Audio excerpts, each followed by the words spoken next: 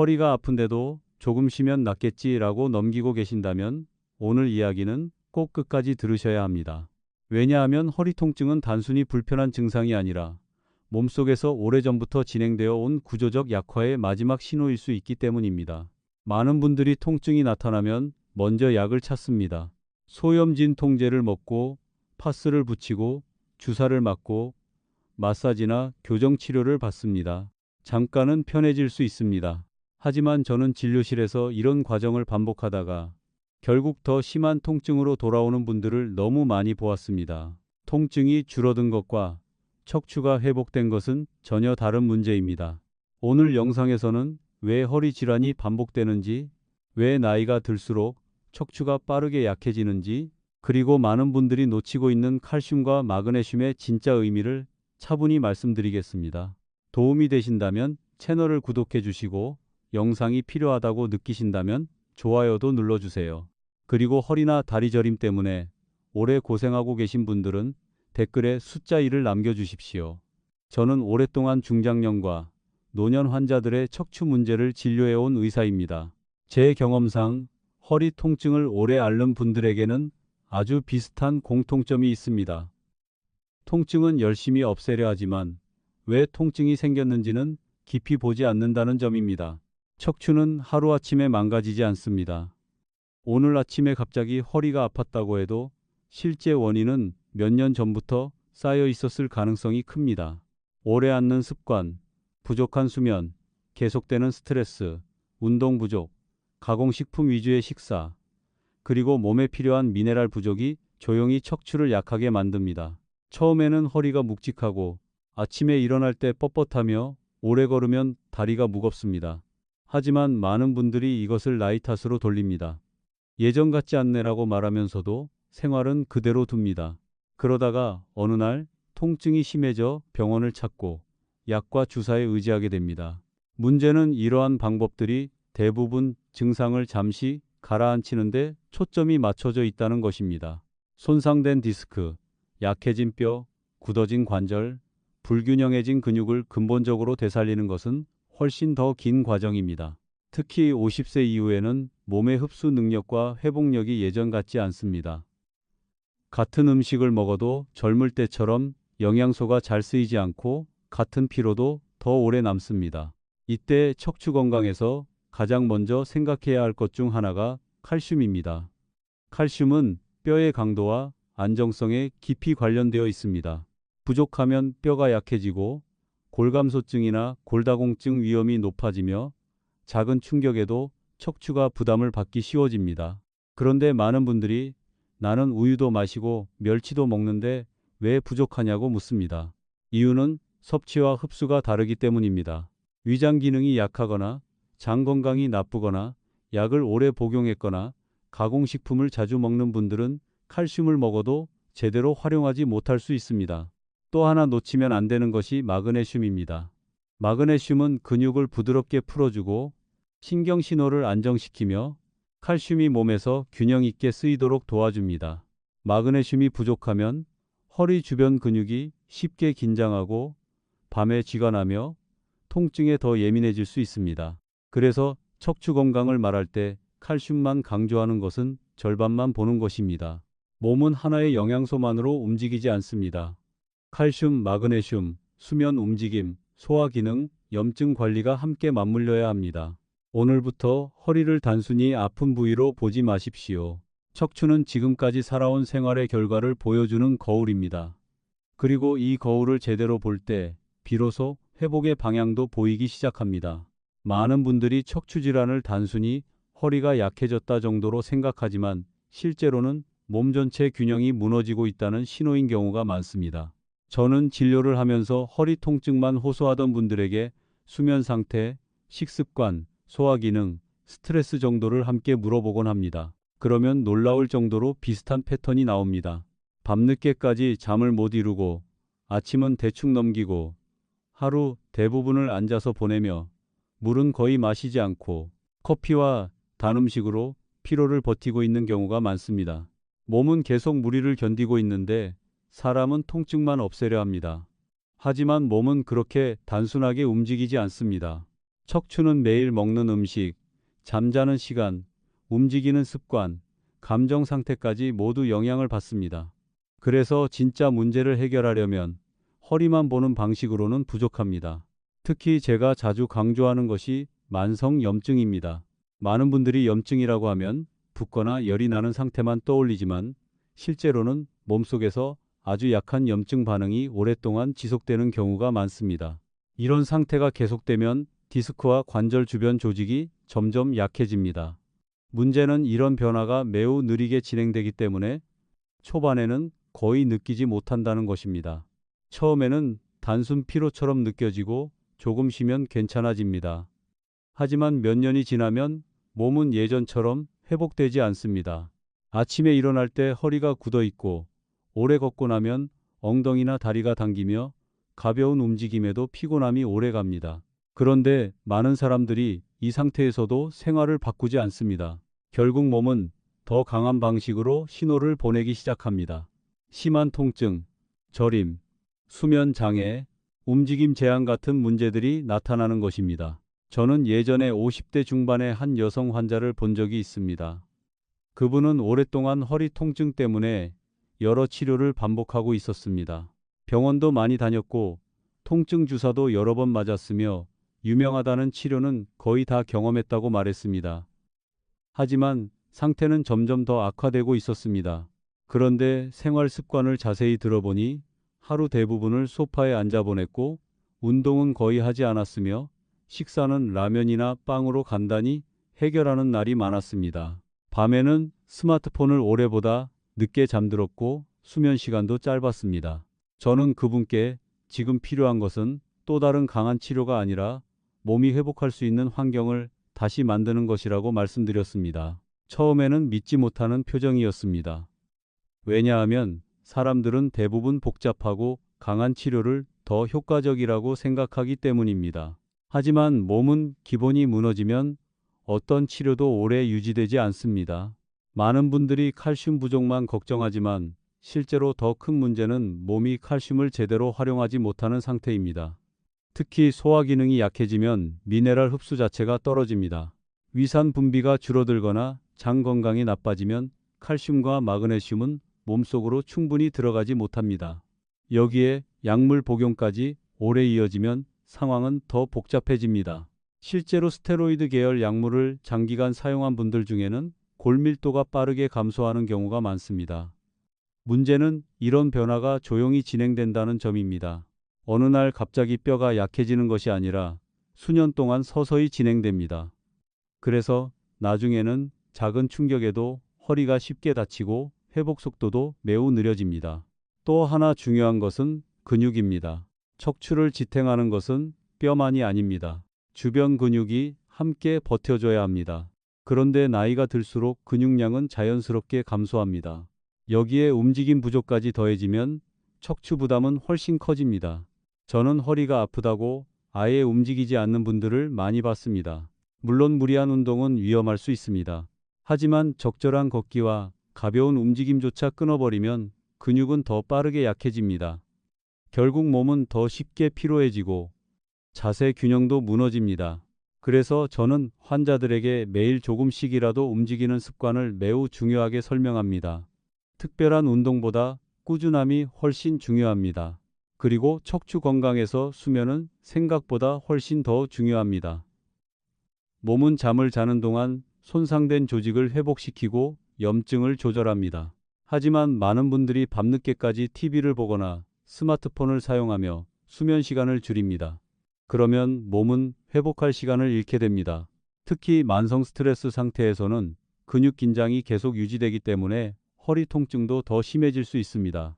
저는 실제로 잠만 제대로 자도 통증 강도가 줄어드는 환자들을 많이 봤습니다. 결국 척추 건강은 단순히 허리 한 부위를 치료하는 것이 아니라 몸 전체 리듬을 다시 정상으로 돌리는 과정이라고 볼 수 있습니다. 사람들은 흔히 병이 생기면 특별한 원인을 찾으려 합니다. 하지만 제가 오랫동안 환자들을 보며 느낀 것은 대부분의 만성 척추 질환은 아주 평범한 습관들이 오랜 시간 쌓인 결과라는 점입니다. 하루 종일 앉아있는 생활, 반복되는 스트레스, 부족한 움직임, 영양 불균형, 수면 부족 같은 문제들은 하나하나 보면 별것 아닌 것처럼 느껴질 수 있습니다. 그러나 몸은 모든 것을 기억합니다. 특히 척추는 몸의 중심을 지탱하기 때문에 작은 부담도 수십 년 동안 누적되면 결국 큰 차이를 만들어냅니다. 그래서 많은 분들이 갑자기 허리가 망가졌다고 느끼지만 실제로는 오랫동안 진행된 변화가 어느 순간 한계를 넘은 경우가 대부분입니다. 저는 예전에 70대 초반의 남성 환자를 진료한 적이 있습니다. 그분은 오래전부터 허리가 좋지 않았지만 계속 참고 지냈다고 했습니다. 처음에는 단순한 피로감 정도였고 쉬면 괜찮아졌기 때문에 대수롭지 않게 여겼습니다. 그런데 시간이 지나면서 통증이 다리까지 내려오기 시작했고 결국 오래 서 있는 것조차 힘들어졌습니다. 그분은 저에게 왜 갑자기 이렇게 심해졌는지 모르겠다고 말했습니다. 하지만 생활을 자세히 들어보니 이미 수십 년 동안 몸이 무너질 조건들이 계속 쌓여 있었습니다. 운동은 거의 하지 않았고 식사는 대부분 짜고 자극적인 음식 위주였으며 수면 시간도 불규칙했습니다. 게다가 스트레스가 심할 때마다 술과 커피에 의존하고 있었습니다. 몸은 이미 오래전부터 경고를 보내고 있었지만 통증이 심해지기 전까지는 누구도 그 신호를 진지하게 받아들이지 않았던 것입니다. 특히 나이가 들수록 몸은 회복보다 유지 자체가 더 어려워집니다. 젊을 때는 며칠 무리해도 다시 회복되지만 50세 이후에는 작은 손상도 오래 남기 시작합니다. 디스크 수분 함량은 줄어들고 관절은 점점 뻣뻣해집니다. 근육량도 감소하면서 척추를 지탱하는 힘이 약해집니다.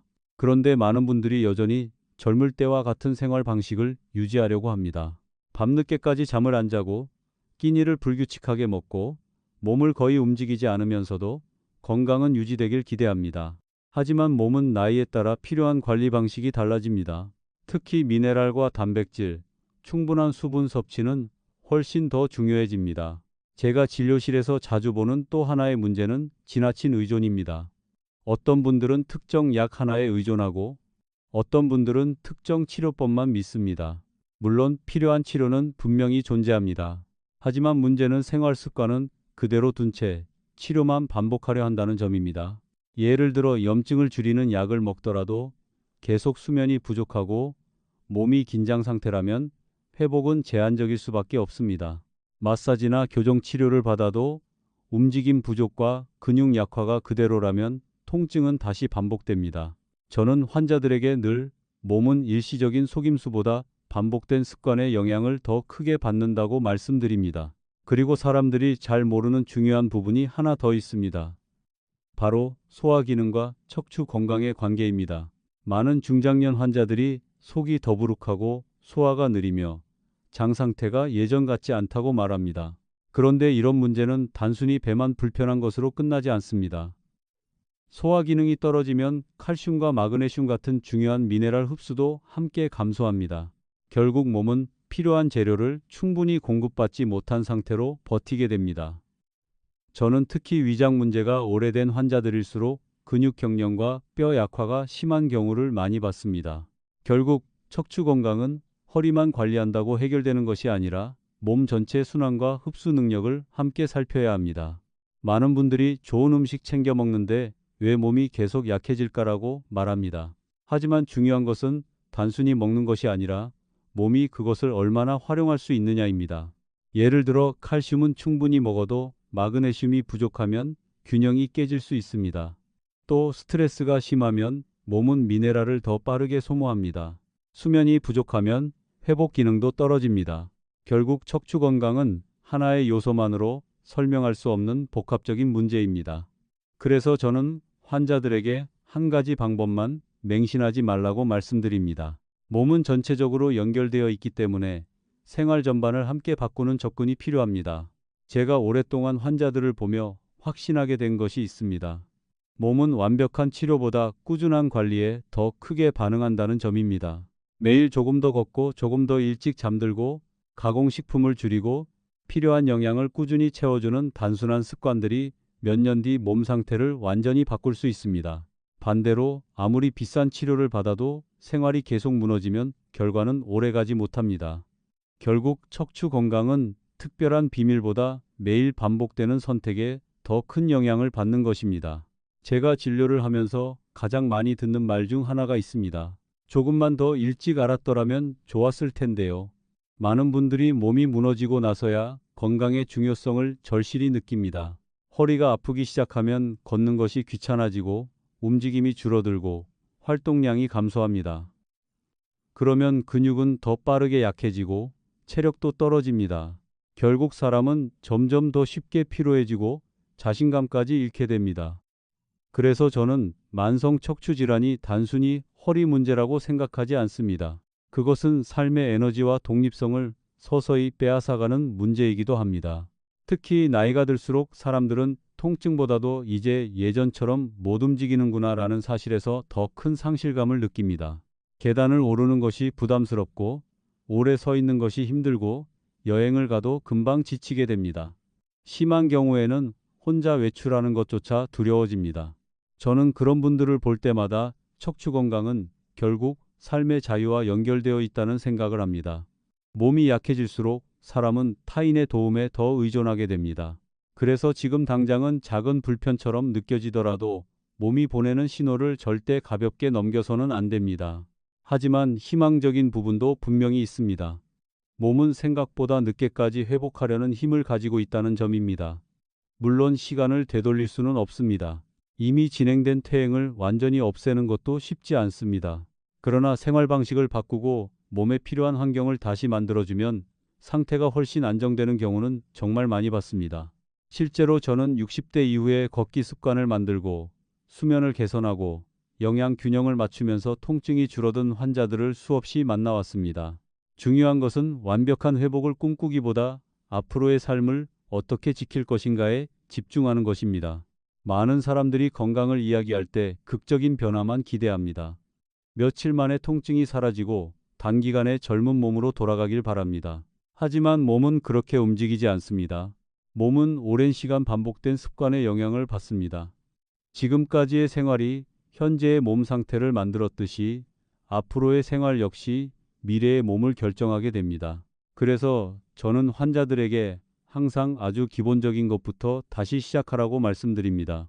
매일 조금씩 몸을 움직이고 너무 늦게 먹지 않고 수분을 충분히 마시고 가공식품을 줄이고 필요한 미네랄과 단백질을 꾸준히 공급하는 것 말입니다. 이런 것들은 너무 평범해서 사람들이 쉽게 무시합니다. 하지만 오히려 이런 기본이 가장 큰 차이를 만듭니다. 특히 칼슘과 마그네슘은 나이가 들수록 더욱 중요해집니다. 많은 분들이 뼈 건강이라고 하면 칼슘만 떠올리지만 실제로는 마그네슘과의 균형이 매우 중요합니다. 마그네슘이 부족하면 근육 긴장이 심해지고 신경 안정에도 영향을 줄 수 있습니다. 그래서 밤에 다리가 당기거나 허리 주변이 쉽게 굳는 분들도 많습니다. 또 수면 상태가 나빠지면 몸의 회복 기능 자체가 떨어지게 됩니다. 결국 척추 건강은 하나의 영양소만으로 해결되는 문제가 아니라 몸 전체 균형과 깊이 연결되어 있습니다. 그리고 저는 꼭 말씀드리고 싶은 것이 있습니다. 인터넷에는 너무 많은 정보가 넘쳐납니다. 어떤 사람은 특정 운동 하나면 모든 허리 문제가 해결된다고 말하고 어떤 사람은 특정 보충제 하나만 먹으면 젊은 척추를 되찾을 수 있다고 이야기합니다. 하지만 현실에서 몸은 그렇게 단순하지 않습니다.